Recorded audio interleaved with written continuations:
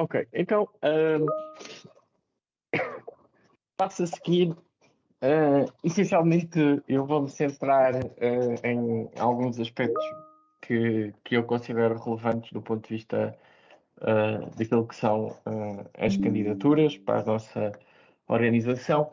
Eu aqui não fui muito específico, portanto, nós podemos pensar nisto. Isto pode ser para uma IPSS, pode ser para um organismo semi-estatal, pode ser para uma empresa, pode ser para uma associação, porque existem muitas escolas, quer nacionais, quer internacionais, que abarcam todas estas formas jurídicas. Portanto, não nos podemos esquecer disto. Ou seja, este é logo um dos pontos que eu tenho aqui nestes bullet points que estão aqui no primeiro slide, é verificar que temos enquadramento jurídico. Mas o meu primeiro conselho é qualquer organização não deve encarar que a sua forma jurídica, seja fundação, seja associação, seja organismo estatal, seja instituição de ensino superior, seja uma escola de ensino secundário, seja uma IPSS, será limitativo daquilo que pode fazer do ponto de vista de candidaturas. Primeiro, porque na panóplia de projetos europeus existem oportunidades para todos os tipos de instituições, ok? E também, muitas vezes, do ponto de vista nacional, vão existindo avisos para as diversas áreas e outros mais abrangentes que poderão incluir. Depois também há muitos avisos de candidaturas nacionais e internacionais que incluem vários tipos de parceiros. Por exemplo, a União Europeia tem muito o foco de haver elementos daquilo que eles chamam a hélice tripla ou quádrupla, ou seja, no caso da hélice quádrupla, portanto, uma empresa, uma instituição de ensino, alguém da comunidade social, um organismo estatal, uma associação empresarial, e muitas vezes até é fomentado que os consórcios sejam compostos por elementos dos diversos das diversas hélices, da hélice quádrupla ou quíntupla. Muitas vezes até aparece essa expressão naquilo que são as candidaturas europeias. Depois, duas coisas de baixo, eu vou começar pelo baixo. Não esperar que as oportunidades caiam do céu. Porque não caem. Isto é assim em qualquer coisa da vida, pessoal. As oportunidades não caem do céu. E nós temos de estar cientes que se nós não formos à luta e pesquisarmos aquilo que são as candidaturas que estão disponíveis, quer nacional, quer internacionalmente, elas não vão ter connosco. Ok, eu aqui faço um parênteses. Às vezes vêm, não é? Portanto, eu vou-vos dar um exemplo. Por exemplo, nós na Startup Leiria somos uma incubadora barra aceleradora, talvez a quinta maior do país, eu gosto muito de frisar isto, a quinta ou a sexta, e recentemente abriu um aviso do PRR que se destina a financiar o investimento em incubadoras barra aceleradoras. O que aconteceu foi que, depois do aviso sair, nós fomos bombardeados com propostas de empresas de consultadoria para nos ajudarem a concorrer ao aviso.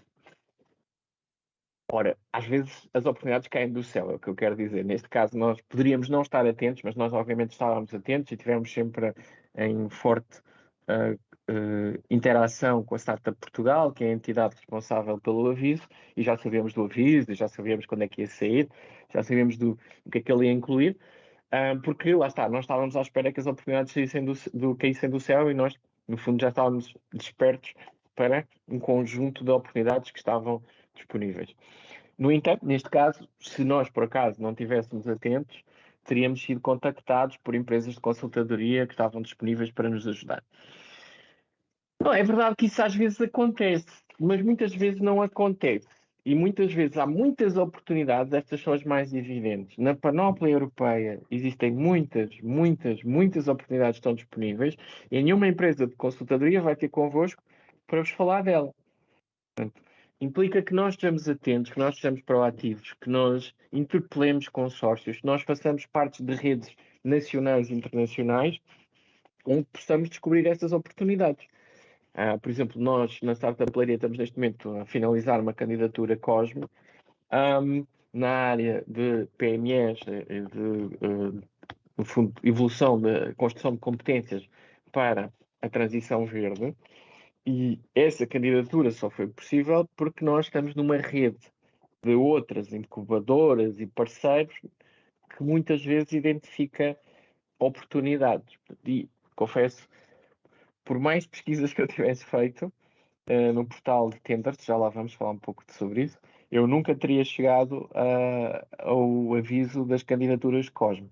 Portanto, eu acho que a lição é, apesar de às vezes as consultoras virem ter connosco, ou nós sermos contactados diretamente, se calhar algum de vocês, por exemplo, também PSS foi contactado pelo Portugal de Inovação Social diretamente, a verdade é que muitas outras vezes isso não acontece. E então nós teremos que fazer esse trabalho de pesquisa, de estar atento e sobretudo, não esperar procurar candidaturas com base no pensamento o que é que dá dinheiro, ok? Portanto, nada dá dinheiro, nós temos que trabalhar para ele, nós temos que fazer, e era isso que eu colocava aqui neste segundo ponto, nós temos que fazer uma pequena análise SWOT e perceber quais são os pontos fortes, fracos, a visão e a missão da nossa organização e depois procurar as tais oportunidades em termos de candidaturas que existam à nossa volta. E eu acho que isto é muito importante. Muitas vezes as entidades não percebem quais as suas características e depois isso pode levar a problemas. Portanto, e não esquecer, depois temos lá não o tal enquadramento jurídico para a determinada candidatura. No fundo, resumindo, eu tenho aqui identificar oportunidades de financiamento que sejam adequadas à dimensão, estatuto e características da organização, verificar os requisitos de admissibilidade das candidaturas é essencial. Por mais estranho que pareça, há um sem número de pessoas que não percebem os requisitos de admissibilidade. Embora eles às vezes não sejam lineares, não é? Portanto, o que é que os avisos muitas vezes remetem para, por exemplo, no caso das candidaturas nacionais, para decretos-leis e portarias, que também eles devem ser lidos com cautela para perceber se nós estamos ou não enquadrados como objeto daquele aviso. Os requisitos são complexos para formar determinados consórcios. Às vezes existem projetos onde é importante, não é importante, como eu vos dizia há bocado, é mandatório ter organizações de determinados tipos para poder fazer a candidatura. Vou-vos dar um exemplo, nós estamos a fazer uma candidatura que obriga a que haja parceiros das tais hélices que eu vos falava, portanto uma universidade, neste caso uma incubadora, uma aceleradora, uma empresa, e depois uma empresa ou uma entidade do sistema empresarial. E esta parte não foi clara para nós, não foi suficientemente clara que nós tivemos que contactar diretamente a entidade que promove a candidatura para tentar pôr isto a limpo. Portanto, esta é uma questão que já vamos ver também de seguida, que é as entidades estão lá para nos apoiar e, portanto, se vocês têm dúvidas, procuram esclarecimentos, acho que é sempre importante. Seja, por exemplo, em Portugal, se o aviso é promovido pela CCDRC ou se é promovido por um ministério específico, no caso do PRR ou pelo IAPMEI, muitas vezes a maior parte dos avisos do Portugal 2020 eram promovidos pelo IAPMEI. Convém que nós possamos entrar então em contacto direto com os promotores do aviso e tentar esclarecer este tipo de dúvidas sobre a admissibilidade. Portanto, nada mais infeliz do que passar horas a escrever uma candidatura, submetê-la e provavelmente até basicamente se calhar teríamos conseguido essa candidatura e depois basicamente não sermos admitidos porque não cumpríamos os requisitos do aviso. Portanto, eu acho que esta parte é extraordinariamente importante e às vezes é um pouco, é o que eu vos quero dizer, que às vezes é um pouco mais complexa do que parece. Cuidado com a dimensão também, portanto, esta questão eu acho que é relevante, portanto, será que nós teremos ou não dimensão para aquela candidatura. Características em termos de será que nós temos competências para aquela candidatura, que eu acho também é particularmente relevante. Muitas vezes as pessoas saltam de cabeça e esquecem-se depois é preciso executar projetos e que as coisas poderão correr bastante mal se não executarmos projetos. O consórcio. A questão do consórcio é uma questão bastante relevante, eu diria. Seja a nível, a não ser que seja algo em que nós estejamos a fazer a candidatura sozinhos,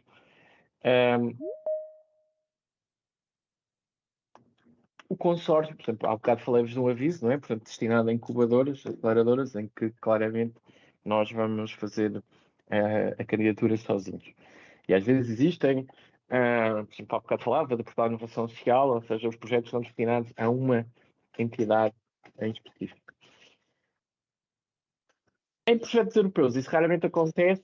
A maior parte dos projetos requerem que, basicamente, haja mais do que uma entidade e mais do que um país.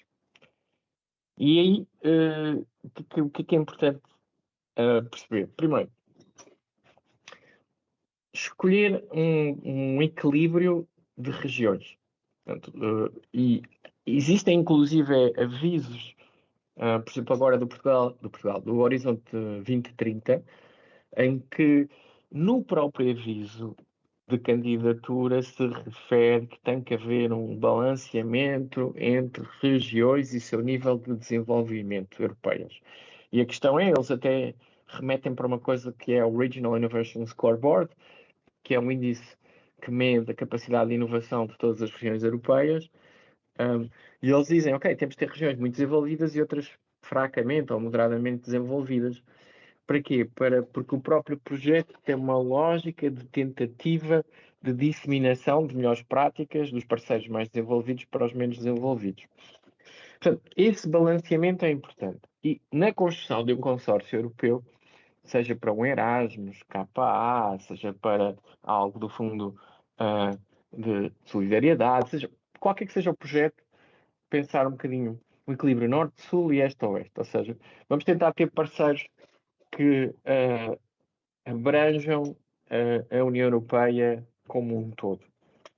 Isto significa que eu vou ter que ter parceiros, por exemplo, se eu for de Portugal, se calhar convém vocês terem alguém do meio da Europa, de uma Holanda, de uma Áustria, de uma Alemanha. Dependendo do tamanho do aviso, depois vocês podem precisar de consórcios com 3, 4, 5 entidades, mas vamos imaginar um consórcio relativamente pequeno, com 4, 5 entidades. Portanto, se calhar vou ter que ter alguém de Portugal, com alguém do centro da Europa, alguém do norte da Europa, por exemplo, da Finlândia ou da Suécia, alguém do leste e depois poderão ter alguém ali da Grécia, Itália. Isto, se vocês quiserem um equilíbrio, embora, por exemplo, no caso de Portugal, se vocês tiverem Itália ou Grécia, acaba por ser um bocadinho redundante, porque são países, do ponto de vista daquilo que é o enquadramento europeu, vão ser muito, muito semelhantes. Mas esse balanceamento e esse enquadramento pan-europeu é muito relevante para a União Europeia. Depois pode fazer sentido, quando vocês estiverem a escrever a candidatura, e quer seja nacional, quer seja internacional, que vocês deem uma vista de olhos àquilo que é a estratégia de especialização inteligente de cada região. Portanto, vocês sabem que, ou se não sabem, ficam a saber que cada região na União Europeia tem uma estratégia de especialização inteligente que liga à estratégia do seu país e depois que liga à estratégia de fundos da União Europeia. E a lógica é, ok, as regiões não podem ser tudo para todos ao mesmo tempo. Ou seja, têm que se especializar em coisas que têm a ver com a sua base histórica, base de conhecimentos e aquilo que acham que pode ser relevante para o seu futuro estratégico. E isto é uma lição da economia regional e da economia da inovação que é, tirando as grandes cidades e as grandes regiões que podem ser tudo, não é? Portanto, Lisboa, Los Angeles, Silicon Valley, pode fazer o que quiser. A verdade é que as regiões mais pequenas têm que se especializar para se poderem desenvolver em algumas áreas específicas. Portanto, é a noção de vantagem comparativa. E convém vocês darem uma leitura para argumentar que o vosso projeto, seja social, seja não social, vai contribuir para a estratégia de especialização inteligente. E num contexto de consórcio, convém perceber se há um equilíbrio entre as regiões e a estratégia de especialização inteligentes dessas regiões. Obviamente, sei lá, se vocês vão fazer um projeto sobre o mar ou sei lá, a recuperação de comunidades pescatórias e do poder de compra das comunidades pescatórias na União Europeia.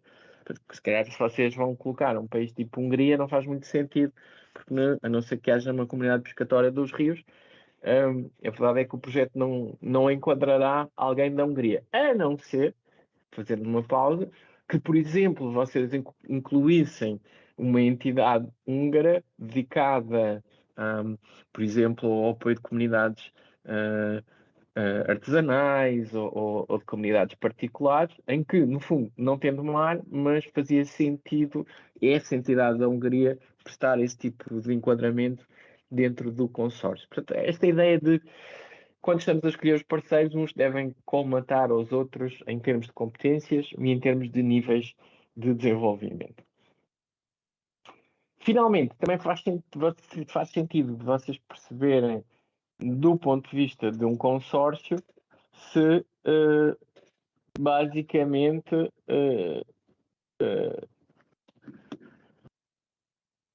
as pessoas que lá estão vão trabalhar. Portanto, esta é outra questão também ela relevante, que é isto é tudo muito bonito, mas alguém tem que trabalhar. Então, quando nós estamos a construir um consórcio, quer seja nacional, quer seja internacional, vocês têm que ter a certeza de ter os parceiros certos, não só por causa de o reach, o alcance pan-europeu ou nacional. Pode ser um projeto nacional, por exemplo, um projeto que inclui alguém do Norte, Centro e Alentejo, ok? Porque são regiões que podem ter problemas semelhantes e nós estamos a tentar colmatar desafios destas três regiões que são semelhantes, por exemplo, a interioridade ou envelhecimento. Ok, faz sentido se calhar eu ter uma entidade, uma incubadora do Norte, uma do Alentejo, uma do Centro, podemos ser nós, a Startup Play. Agora, pessoal, escolham alguém que vocês saibam que vai trabalhar. Portanto, esta é outra questão importante, porque provavelmente as coisas correrão mal à frente se vocês escolherem a entidade que está lá pelo dinheiro, mas não está. É um chamado free rider, que basicamente escolheu a candidatura porque dava dinheiro, não é? Era aquele aspecto que eu vos falava em primeiro lugar. Bom, e isso também inclui pessoas, que é uma coisa que nunca ninguém nos diz, ou seja, quais são as pessoas certas, porque as candidaturas são feitas não só de instituições, mas também como não só em termos de instituições, mas também em termos de pessoas, sua capacidade e até a vossa forma de lidar, ou seja, são pessoas que do ponto de vista daquilo que é as suas características pessoais, de personalidade, vos permitem ter uma espécie de encaixe, que colmatam aquilo que vocês não têm. Portanto, estas são lições árduas que nós percebemos passado muitos anos. Onde? Eu confesso que envolver-se em redes, procurar avisos nacionais, estar atento ao Diário da República, estar atento ao portal. Neste momento, por exemplo, nós temos tido muitos avisos ligados ao PRR, estar atento ao site do PRR, subscrever as newsletters do PRR, do IAPMEI, da ANI, da Startup Portugal, do EIT, por exemplo, eu estou a falar só do Portugal Inovação Social, estou a falar só, por exemplo, de avisos que são relevantes para nós, mas poderão ser para alguns de vocês também. Só aí nós encontramos imensas oportunidades de novos projetos que virão. Do ponto de vista europeu, eu tenho aqui, eu não vou percorrer por razões de tempo, o portal de Funding in Tenders da União Europeia. onde temos a maior parte dos avisos da União Europeia, embora existam outros que são setoriais que podem não estar disponíveis no portal de Funding and Tenders. E o que eu vos tenho a dizer eu não sei se eu vou entrar aqui, se isto vai saltar para. Vocês vão continuar a ver aqui, provavelmente vão continuar a ver o PowerPoint. É dizer, em dada altura, se vocês fizerem uma pesquisa no portal de Funding and Tenders e procurarem avisos abertos, é possível que vocês encontrem milhares. Open for Submission, só para vocês terem uma ideia, eu neste momento abri o portal, vocês não estão a ver, mas existem 951 avisos abertos para submissão neste momento na União Europeia. Pronto, eu acho que às vezes quando nós somos empreendedores, seja empreendedores sociais, seja empreendedores, seja outro tipo, às vezes nós esquecemos de fazer este trabalho, que é, e tal, muitas vezes as pessoas vêm ter connosco, porque dizem que não há oportunidades nenhumas na área delas. A questão é, nós ajudamos depois a procurar, mas muitas vezes as pessoas não fizeram o básico, que é procurar no portal de Funding and Tenders da União Europeia. E já agora, para vocês terem uma ideia, muitas vezes as pessoas vêm ter connosco, mas não fazem esse trabalho mais simples de fazer algumas pesquisas e de encontrar, no fundo, essas oportunidades. Ajuda também, como eu vos disse no início, a envolverem-se em redes com outras empresas, com outras associações, com outros parceiros que vos possam apoiar, falar dos avisos, convidar, porque uma vez, isto é um bocadinho é como uma espécie de clube, uma vez que vocês estão nas redes, vocês vão ser convidados ao longo do tempo e isso é relativamente importante. Portanto, vocês vão ter projetos e vão acumular parceiros de outros projetos que vos vão acabar por convidar. E isso é relativamente importante porque, no fundo, há uma espécie de rede informal, como eu vos dizia há bocado, nós fomos parar aquele projeto Cosmo porque fomos avisados, porque caso contrário não teríamos encontrado o projeto no meio destas 900 calls abertas na União Europeia. E muitas vezes existem avisos que são abertos e vocês podem não ter parceiros e a própria União Europeia disponibiliza dentro dos sites, das páginas desses avisos,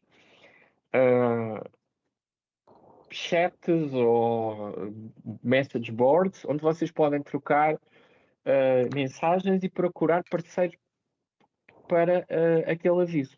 Portanto, eu vou-vos dar um exemplo. Nós estamos aqui a preparar uma candidatura a uma coisa que tem a ver com o Instituto para a Inovação e Tecnologia, o EIT, e havia um board onde as pessoas podiam, inclusive, marcar meetups, conversas para encontrar o parceiro certo para o seu aviso. Portanto, essas ferramentas estão todas lá. Nós muitas vezes é que acabamos por não as explorar. Portanto, estas são algumas formas de nós chegarmos lá. Bom, algumas dicas para vocês. Portanto, independentemente da candidatura ser nacional ou internacional, o que é que nós temos que ter? Portanto, o consórcio adequado, como já falámos, nas suas diversas vertentes. Uma lacuna, portanto, nós não temos que encontrar claramente uma falha, um problema que necessite de uma solução e que seja o foco das políticas europeias ou nacionais. Ou seja, por exemplo, nós sabemos no aviso anterior, no quadro comunitário anterior, por exemplo, as questões do envelhecimento estavam muito presentes. Nós sabemos que, ok, não vai deixar de haver avisos nacionais ou internacionais focados na questão do envelhecimento, é inevitável, mas, por exemplo, uma das preocupações da União Europeia hoje em dia é a questão da sustentabilidade. Então vai haver mais avisos que visam resolver problemas associados à descarbonização e à sustentabilidade e quais são as falhas europeias nas diversas indústrias, nos diversos setores. Na área social, né? Estamos aqui no workshop da área social, por exemplo, a questão das migrações. Portanto, uma das formas que a Europa arranjou para resolver o problema do envelhecimento foi ter maior migração. A verdade é que isso leva a que haja problemas de integração, de gerir organizações multiculturais, etc. Portanto, e isso é um foco que estamos a ver aparecer em novos avisos. Obviamente, isto serve do ponto de vista da política da União Europeia, mas em Portugal, e para quem não sabe, já existem as linhas do 2030, já estão definidas, e há muita coisa que é na volta de inovação, sustentabilidade, energia, comunidades locais. Portanto, é preciso ver qual é o foco que nós estamos a tentar resolver. Uma forte ligação entre working packages. Working packages são as estruturas normalmente de atividades, de conjuntos de atividades que vão estar na vossa candidatura e elas têm que ter uma coerência entre si. Eu dou de barato para qualquer projeto europeu, vocês vão ter que ter um pacote de gestão que vai incluir a gestão do projeto, um que vai incluir a disseminação e a sustentabilidade, um que vai incluir a qualidade. Portanto, esses três são essenciais. Portanto, ou seja, tem que haver, você tem que mostrar à União Europeia que alguém é responsável pela gestão do projeto e vai assegurar-se que o projeto se concretiza como está pré-determinado. Vocês vão ter que ter um pacote de Quality Assurance que tem a ver com a avaliação de todas as atividades que vão ser incluídas no projeto. Uma coisa muito importante para a União Europeia é que os projetos têm que ser disseminados, aquilo que foi aprendido no projeto vai ter que ser disseminado pela toda a União Europeia, e esse é um grande desafio. E depois a questão do exploitation, ou exploration, se vocês quiserem, que está ligado ao sustainability, são expressões em inglês que não é mais do que dizer que o projeto gera efeitos de longo prazo que vão perdurar para além do projeto. Ou seja, a União Europeia e o Estado português querem assegurar-se que eu estou a investir numa coisa que vai gerar resultados a médio e longo prazo, que não é apenas um projeto que termina e que não teve efeitos multiplicadores. Portanto, lá está. Portanto, isto está aqui, uma ênfase sobre divulgação, exploração, uma forte garantia de qualidade e uma gestão eficaz de projetos. Há uma expressão em inglês, depois para a parte dos objetivos, mas para quem vem da área de gestão ou trabalha na área de gestão sabe que deve ser assim, ou seja, o projeto que deve ser construído em cascata. O que é que isso quer dizer? Ok, temos uma visão, missão do projeto, o que é que o projeto está a tentar resolver, qual é a sua grande visão no contexto europeu e no contexto daquilo que é e no contexto daquilo que é a estratégia de fiscalização inteligente e o aviso da candidatura, não é? Porque obviamente não nos podemos esquecer disso. Depois nós vamos ter objetivos estratégicos. Depois esses objetivos estratégicos vão ter KPIs, objetivos quantitativos, indicadores quantitativos que vão servir para medir. Mas esses objetivos estratégicos vão ser conseguidos através de atividades e de tarefas dentro dos nossos working packages, que cada uma delas vai ter também os seus próprios indicadores quantitativos. Portanto, essa cascata, essa pirâmide vai ser fundamental para os avaliadores perceberem que estão perante um projeto que é coerente. Claramente definir quem vai fazer o quê, qual dos parceiros vai fazer o quê, isto obviamente articulado com aquilo que são os seus pontos fortes, KPIs para as suas atividades e as tarefas para lá chegar. Qualquer candidatura deve ser viável, portanto, olhar para aquilo que é o formulário de candidatura, recuar e verificar o que é que foi proposto e verificar se nós de facto estamos a. Muitas vezes nós ficamos tão. Eu vou-vos dar um exemplo. Nós, aqui nessa tapelaria, há um ano passado, fizemos uma candidatura ao Erasmus, neste caso KA 220, que é uma linha do Erasmus que visa criar parcerias entre instituições da União Europeia para resolver lacunas que tenham como subjacente a educação de adultos, ou educação, neste caso, a educação profissional. Por acaso nós não fizemos para a educação de adultos. E nós fizemos uma candidatura bastante interessante no foco da área social e, de facto, nós cometemos aquele erro dos nossos empreendedores, que é nós apaixonarmos pelo nosso próprio conceito e esquecemos-nos do aviso, não é? Porque o aviso era VET, portanto é Vocational Training, é formação profissional. E o que é que aconteceu? Quando chegou à altura da avaliação, os avaliadores disseram: sim, senhor, olha, o conceito é muito giro, portanto tivemos uma excelente pontuação no conceito. Nas outras partes da candidatura tivemos uma pontuação péssima porque eles disseram: ok, isto não me parece que seja muito relacionado com aquilo que é a educação profissional. Portanto, este é um bom exemplo do que não fazer. Então, as atividades e os objetivos devem ser ambiciosos, mas realistas, ok? Portanto, eu acho que esta é a questão importante. Nunca colocar coisas demasiado ambiciosas, até porque vocês estão a comprometer com resultados que vão ter que mostrar que conseguiram, senão sob pena de perderem fundos. Mas, por outro lado, muitas vezes os avisos estabelecem objetivos mínimos e vocês não se devem ficar pelos objetivos mínimos, porque isso significa que para que eu vou investir nestes tipos que, na verdade, não são ambiciosos, não estão a tentar ir além daquilo que é o objetivo mínimo do aviso.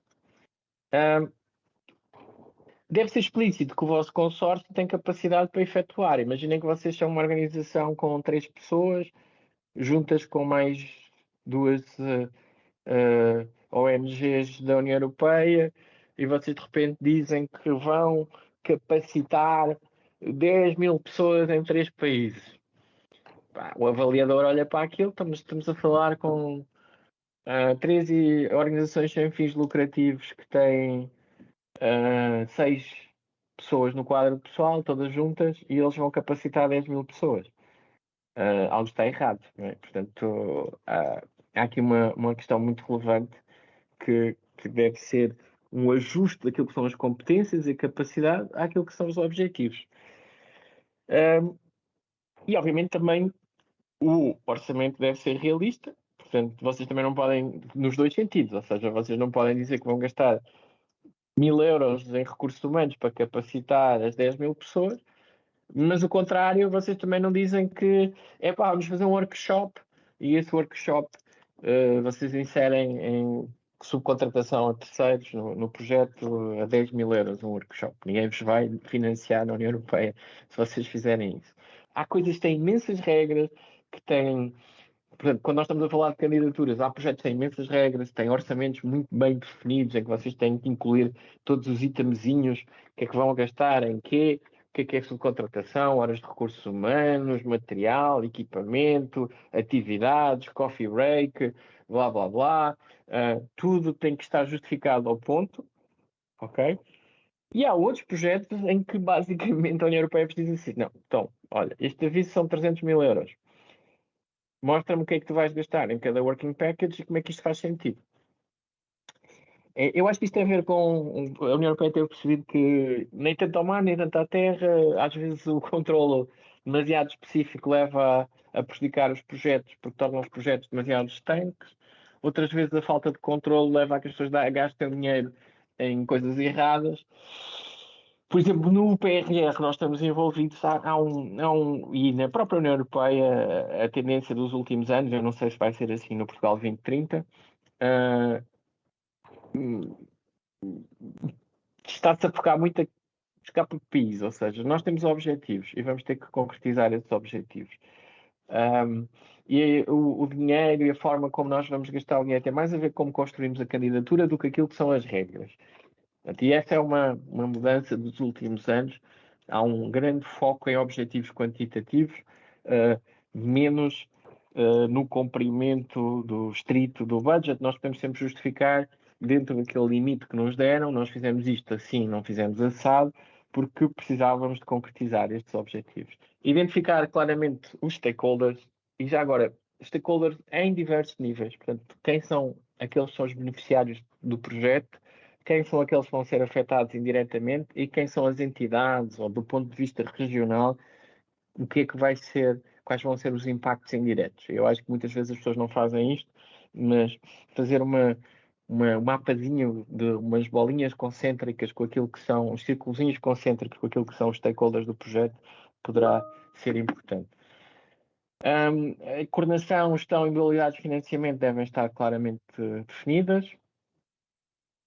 Um sistema de monitorização e avaliação para apoiar a gestão de desempenho e, mais uma vez, um nível adequado de análise financeira e económica, que indica quais são os benefícios dos projetos. Alguns conselhos. Usar linguagem clara e simples. Não ser demasiado ambicioso, já falámos disso. Não façam copy-paste de outros projetos, embora a gente acabe por fazer sempre. Há um problema, pois imagino que a União Europeia também tem os seus próprios softwares de identificação. Obviamente que é inevitável que se eu estou a dar dicas, que nós acabemos por seguir uma determinada estrutura e uma determinada lógica racional. Ou seja, nós temos que fazer tique nas caixinhas todas quando estamos a construir uma candidatura. É verdade. Mas convém não fazer literalmente copy-paste de outras candidaturas que já tínhamos feito. Não responder a um convite ou apresentação de propostas que não esteja no âmbito de trabalho da organização. Ok, portanto, como eu vos dizia há bocado, se nós somos uma IPSS na área de apoio ao envelhecimento ou, por exemplo, ao autismo, não vamos, se calhar, fazer uma candidatura para o apoio das comunidades pescatórias dos países do sul da Europa. Portanto, cá não faz sentido. Relevância para as prioridades. E era aquilo que eu vos dizia sobre a nossa proposta do ano passado do Erasmus. Portanto, era uma proposta muito inovadora, bem estruturada, mas foi rejeitada porque não tinha uma relevância para o aviso específico. Portanto, se sermos realistas, não tentar exagerar uma necessidade a fim de enquadrar na lógica do projeto, enfatizar a experiência de cada um dos parceiros. Às vezes, aqui há uma. Acaba por haver várias correntes, vamos dizer. Há quem diga que, por exemplo, um consórcio tem que ter um líder. E claramente, por exemplo, num projeto Horizonte 2030, o líder tem que ter histórico. Porque ninguém vai conceder um projeto a um líder que não tenha histórico. Mas, por exemplo, há quem diga que seja ele próprio avaliador de projetos. Não vos vou dar nomes. Mas, por exemplo, em projetos Erasmus ou outros projetos, a União Europeia gosta de ver um líder que nunca tenha assumido a liderança. Isso até é bom, porque depois disso vai dar a tal experiência à pessoa que nunca teve experiência. Mas sim, mas o relevante mostrar que nós temos capacidade de conduzir o projeto, quer seja porque já fizemos alguns projetos nacionais, quer sejam internacionais, quer porque haja uma certa complementaridade entre os elementos do consórcio. Identificar as atividades e como é que cada atividade está a satisfazer as necessidades que são subjacentes ao aviso. Um forte atenção ao acompanhamento e avaliação e a questão da sustentabilidade. Portanto, a União Europeia está completamente cheia é um cemitério de projetos que não foram a lado nenhum. Portanto, não só a União Europeia, mas outros projetos nacionais, nós vamos, o website existe, está lá o consórcio, estão lá umas fotografias, estão lá uns outputs, fez um workshop, fez um seminário, produziu-se um manual, e depois, so what? Não é? Tipo, tudo aquilo morreu, os sites são obrigatórios, no caso da União Europeia, estarem no ar durante 5 anos, e o que nós temos é basicamente um cemitério de projetos que não foram ao lado nenhum, que não tiveram impacto, portanto, dinheiro muito mal gasto, se querem a minha opinião, a nível europeu.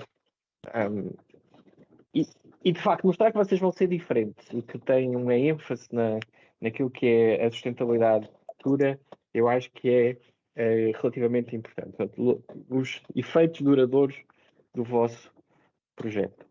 A questão da disseminação, quem são os públicos-alvo, não ponham só generalidades, vamos fazer uma newsletter e vamos disseminar e vamos criar um site. Ou seja, tentem criar objetivos de comunicação e atividades de comunicação em relação a cada um dos vossos grupos-alvo, não é? Porque, por exemplo, se um dos vossos públicos-alvo são as comunidades pescatórias, como eu vos dizia há bocado, se calhar ter um website e um Instagram, se calhar os pescadores não vão ver o Instagram, não é, pessoal? Então, convém que vocês mostrem que as vossas atividades de comunicação estão ajustadas ao público-alvo. E não esquecer que há KPIs de comunicação. Ok? Olha, eu vou fazer, por exemplo, 5 ações para os pescadores de toda a costa oeste, na cidade X, Y, Z. Essas ações vão envolver no mínimo 50 pessoas, ok? E vão envolver, sei lá, uma atividade no contexto de uma festa regional, ou uma coisa assim do género, para termos a certeza que aquelas pessoas foram de facto impactadas. Alguns dos, portanto, o que fazer, portanto, liderança forte, liderança forte a nível de todos estejam envolvidos desde a concepção até ao final do projeto. Eu depois pus aqui, ninguém faz isto, que é nós muitas vezes o que acontece, na verdade, é que em vez de termos construído uma candidatura coesa, como eu estou a descrever ao longo desta hora, a verdade é que muitas vezes nós somos convidados para candidaturas que não lemos e depois, se tivermos sorte, a candidatura ganha e de repente nós chegamos à primeira reunião de projeto e não sabemos o que é suposto a nossa organização fazer.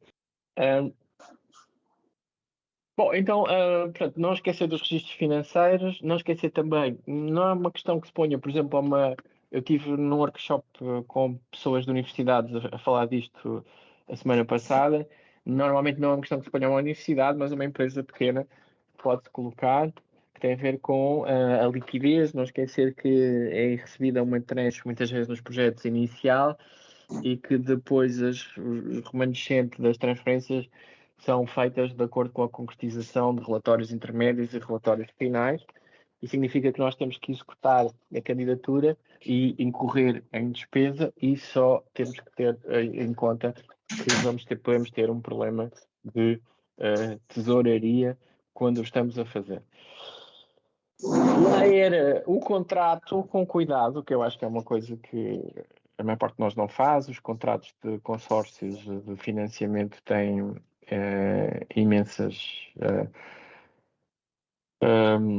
imensas cláusulas, né? Toda a gente lê isto com cuidado. A verdade é que deveriam ler, até porque às vezes há situações como força maior, como aconteceu com o Covid, que podem ou não estar inseridas nas exceções à concretização dos objetivos. Portanto, ter esse constante feedback sobre aqueles que são as pessoas que nós vamos tentar atingir no projeto.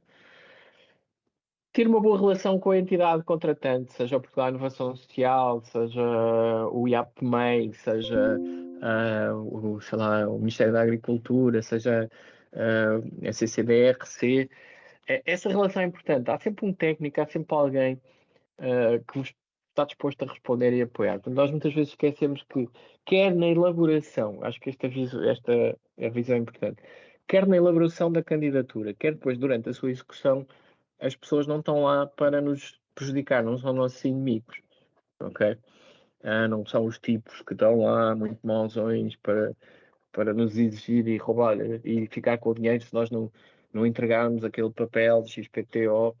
A verdade é que eles estão lá para assegurar que os objetivos fundamentais dos avisos são concretizados e querem que, de facto, também eles, que aquelas prioridades política, económica ou social sejam concretizadas. Como tal, basicamente, eles vão querer estabelecer uma boa relação convosco. Não esquecer do tempo, portanto, o tempo passa muito rápido e quando estamos a fazer candidaturas, nós de repente percebemos que é fácil as coisas derraparem. Não esperar até ao meio do projeto, porque nós sabemos que os projetos são avaliados a meio, a fim, e é preciso construir uma boa monitorização e avaliação. Como eu vos disse, não hesitar em contactar monitores externos e não esquecer dos nossos parceiros, porque nós não vamos conseguir fazer, por exemplo, relatórios de avaliação se depois os parceiros não nos enviarem as coisas. Uma coisa muito simples é que às vezes temos 4 ou 5 empresas e algumas não enviam a horas e de repente nós não conseguimos fazer o reporting porque não temos a informação que precisávamos. Documentos a entregar, portanto, nunca esquecer, de informações, brochuras, diagramas técnicos, softwares, portanto, tudo está encontrado. Normalmente os contratos de subvenção têm isto de forma relativamente explícita. Vai haver muitas auditorias, portanto, avaliações. Portanto, normalmente há aquilo que é feito por nós próprios, que é aquilo que nós chamamos a monitorização, e aliás, a monitorização deve estar incluída na candidatura. Quem vai fazer, quando, porquê, ok? Depois temos a avaliação, que normalmente acontece no meio do projeto, no final do projeto, e finalmente pode haver uma auditoria, portanto, que vai acontecer para verificar mais tarde se de facto, o projeto foi feito da forma que estava prevista. Portanto, aqui também algumas dicas sobre quais são os documentos necessários em diferentes partes do orçamento, portanto, provas de compra, provas de pagamento, entrega de serviços, contabilidade, timesheets, portanto, as folhas de informação de colaboradores e de horas, bilhetes de aviões, fotografias da formação, relatórios de metodologias, publicações, programas, assinaturas. Isto depende um bocadinho de projeto para projeto. Como eu vos disse, há projetos que são muito mais estritos em termos de todos os relatórios e informações que temos que ter.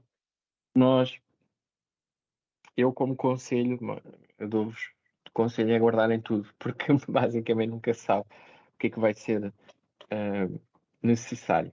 É verdade que, por exemplo, em Portugal nós em algumas coisas somos mais estritos que noutros países em termos de reporting do que necessitamos, mas pronto, é uma questão política. Portanto, aqui os registros já falámos há bocado. E para terminar, o que é que as pessoas não te dizem? Pessoas, nós, no fundo, estamos sempre a lidar com pessoas e quando estamos com projetos que envolvem mais que uma entidade, nós sabemos que as coisas poderão correr de forma de feição ou não de feição se nós não conseguimos ter uma equipa coerente em que todos trabalhem e todos contribuam. Cultura, seja um projeto Interreg só com Espanha, seja um projeto europeu com portugueses, finlandeses, suecos, húngaros, as coisas vão ser sempre muito interessantes, ou seja, muito complexas, vamos dizer assim. As pessoas têm culturas diferentes, apesar de sermos todos europeus, e isso vai influenciar o projeto. E não só isso, como as próprias pessoas podem ter backgrounds diferentes. Podemos ter engenheiros, podemos ter pessoas que vêm da área social, podemos ter pessoas que são educadores, e tudo isso vai complexificar a forma como nós gerirmos o projeto. Há sempre coisas inesperadas. O Covid é o melhor exemplo de uma cláusula de força maior que levou ao não cumprimento de muitos projetos europeus. Mas pode haver muitas outras circunstâncias que poderão complicar a execução dos vossos resultados. Não esquecer, ver com cuidado se o acordo de financiamento de projeto, o Grant Agreement, o que é que inclui ou não, o que é que poderão ser consideradas cláusulas de exclusão para a concretização de determinados objetivos. Por exemplo, eu falava com alguém que tem um projeto em Portugal na área de educação que não está a conseguir terminar o projeto por causa das greves nas escolas. Portanto, esta pode ser considerada uma cláusula que pode contribuir para o incumprimento dos objetivos com os quais nos comprometemos.